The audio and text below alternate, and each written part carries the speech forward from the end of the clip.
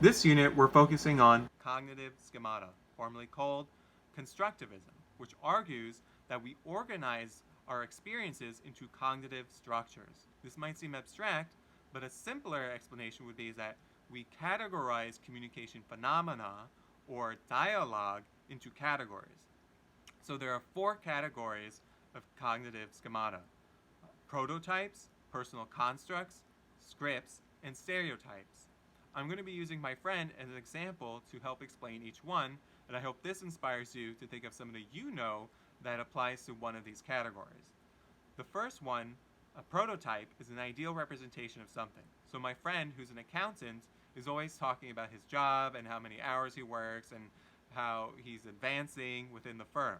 So I would consider him a prototypical accountant because he's an ideal representation of that occupation.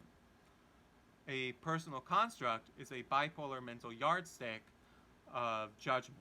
So think of this as opposites. So, for example, my friend who's an accountant, who's always talking about saving money and watching his wallet. So I would categorize him as stingy and not generous. So you remember, when you're applying a personal construct, you're thinking in opposites. So let's say I have another friend who's a bit more giving. I would categorize him as generous and not stingy. Scripts are expected dialogues in a social situation. So let's say my friend and I go to a restaurant and eat out. The waiter that serves us would ask us how we are and what we would like to order. That would be the script, because it's always the same dialogue that's followed in that situation. Stereotypes are general assumptions about a group.